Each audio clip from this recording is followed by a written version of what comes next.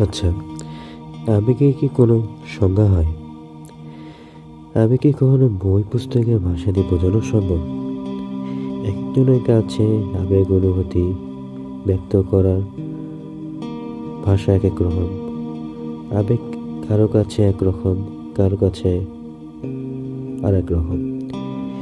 কেউ আবেগ বোঝাতে সক্ষম, কেউ আবেগ বোঝাতে ব্যর্থ। আবেগের কি আসলে কোনো ভাষা হয়? আবেগ একজনের কাছে এক এক রকম। আবেগের নির্দিষ্ট কোনো সংজ্ঞা নেই।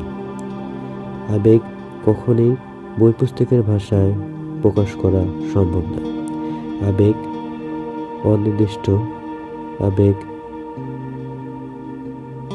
কল্পনাতীত, আবেগ বাস্তবিক। আবেগের কোনো সংজ্ঞা নেই। আবেগ নির্দিষ্ট গণ্ডির মধ্যে সীমাবদ্ধ নয়। আবেগকে আপনি সহজে সংজ্ঞায়িত করতে পারবেন না। আবেগ এক এক ক্ষেত্রে এক এক রকম। কেউ আবেগ গভীরভাবে প্রকাশ করতে পারে, কেউ আবেগ প্রকাশ করে লুকায়িতভাবে। কিন্তু কিন্তু আবেগের কি কোনো নির্দিষ্ট সংজ্ঞা আছে? কারো কাছে আবেগ অনুভূতির বহিঃপ্রকাশ, কারো কাছে আবেগ অনুভূতি লুকানো। এক একজনের কাছে আবেগের সংজ্ঞা এক এক রকম।